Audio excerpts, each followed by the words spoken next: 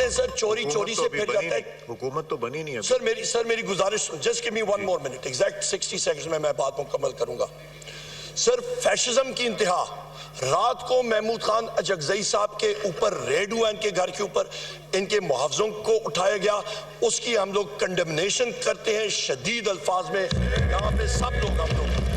Number 2, sir Mahmood Khan अजगजई साहब की तरफ से प्रिविलेज मोशन आएगी और हम लोग उसको पूरे तरीके से हम लोग सपोर्ट करते हैं।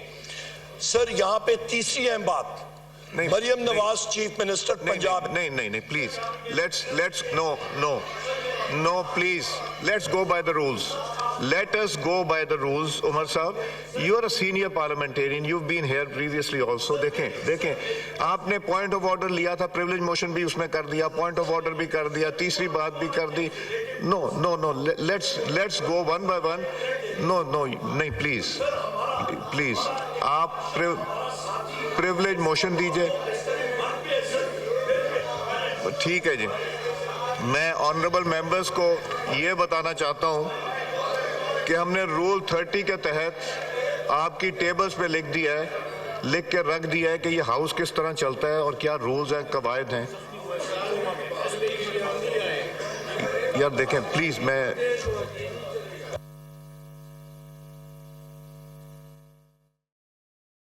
स्पीकर अय्याज सादिक की ज़र-ए-सदारत कौमी असम्बली का इजलास इस वक्त जारी है और उमर अयूब इजहार ख्याल कर रहे थे। तिलावत कलाम पाक से बाकायदा तौर पर इस इजलास का आगाज़ हुआ और उमर अयूब की जानिब से पॉइंट ऑफ ऑर्डर पर बात की गई। उसके बाद उन्होंने मज़ीद बात करना चाही तो स्पीकर की जानिब से बताया जा रहा है कि रूल्स के मुताबिक किस तरह से चला जाता है और उन्होंने ये भी बताया कि तमाम मेंबरान के डेस्क पर उनके सामने जिस तरीके से इस इजलास की कार्रवाई चला करेगी वो तमाम तर तरीक़ेकार वो प्रोसीजर लिख कर रख दिया गया है और उसको फॉलो करना पड़ेगा।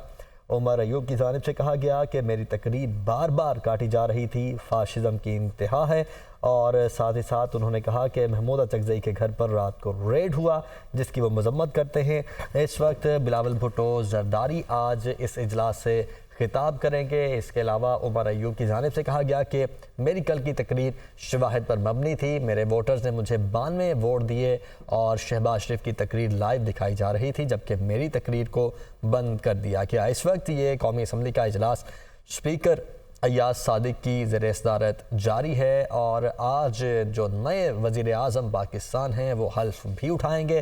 कल हमने देखा कि बाकायदा तौर पर वोटिंग का अमल मुकम्मल हुआ और मियाँ शहबाज शरीफ वज़ीर आज़म मुंतखब हुए। मासूम शहरी, उसको इलीगली पंजाब पुलिस ने डिटेन किया, टॉर्चर किया, बिस्तर मर्ग पे है, उसके खिलाफ पुलिस FIR नहीं दर्ज कर रही। पंजाब पुलिस, कोई उसकी फैमिली के मेंबर्स करीब नहीं आ रहे हैं।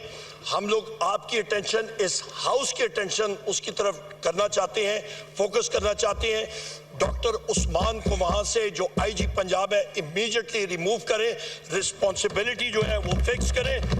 इसके साथ साथ मेरे 2 हल्के हैं जहाँ पे रिकाउंटिंग हुई है, NA 79 चौधरी एहसानुल्लाह। 5वां पॉइंट वेरिक साहब तो एक सेकंड, 1 मिनट उमर साहब, देखिए कोई पॉलिटिकल वर्कर अगर जख्मी होता है, हर्ट, तो ये सबको तकलीफ होती है। ये सिर्फ आपको या इधर नहीं तकलीफ होती, हर इंसान को तकलीफ होती है।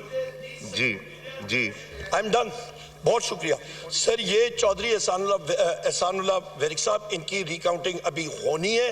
He is a member of the house. Chaudhry Bilal Ijaz साहब यहाँ पे NA 81 के यहाँ पे हाउस के मेंबर हैं। फिर उन्होंने पेंडोरा बॉक्स को खोल रहे हैं, बनता नहीं है सर। और इसके साथ साथ हमारे हाउस के मेंबर NA 154 लोधरा से राना फराज नून साहब और हमारे मोहम्मद सादुल्लाह बलोच साहब NA 97 फैसलाबाद 3 से, इनकी फजूल में ये रिकाउंटिंग उन्होंने कराई है, बनता ही कोई नहीं है सर। इस पे मैं आपसे गुजारिश करूंगा कि द रिस्पॉन्सिबिलिटी फॉर आपका Iqbal Shah, that should be fixed and chief minister Punjab Maryam Nawaz should be held responsible. बहुत शुक्रिया जनाब स्पीकर। थैंक यू जी। मैं आप सब अरकान में गुजारिश करूंगा कि हम आपकी टेबल्स पे रूल 30 के तहत के हमने प्रोसीडिंग्स कैसे चलानी है, उसमें क्या क्या है, हम सब का, ये हाउस सिर्फ गवर्नमेंट का नहीं है, ये ऑपोजिशन का भी हाउस है, तो इसलिए वो हम टेबल पे करा रहे हैं। जी बिलावल भुट्टो जरदारी साहब।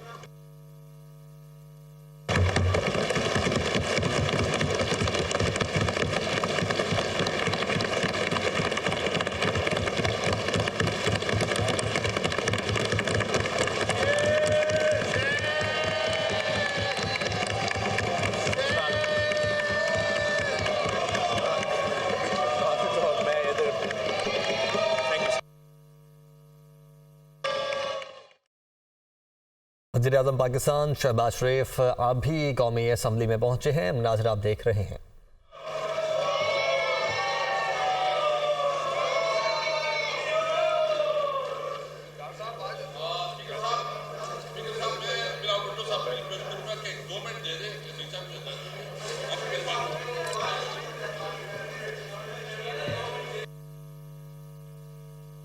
जी बिलाल साहब, मैंने आपको फ्लोर दिया था। सर, आशिक साइद साहब कुछ 2 मिनट के लिए तकरीर करना चाह रहा है। आज सुबह मुझे पता चला कि शायद एक रेड हुआ है एक आशिक साइद साहब के घर पे। मैं ना सिर्फ उसका मज़ाहमत करता हूँ,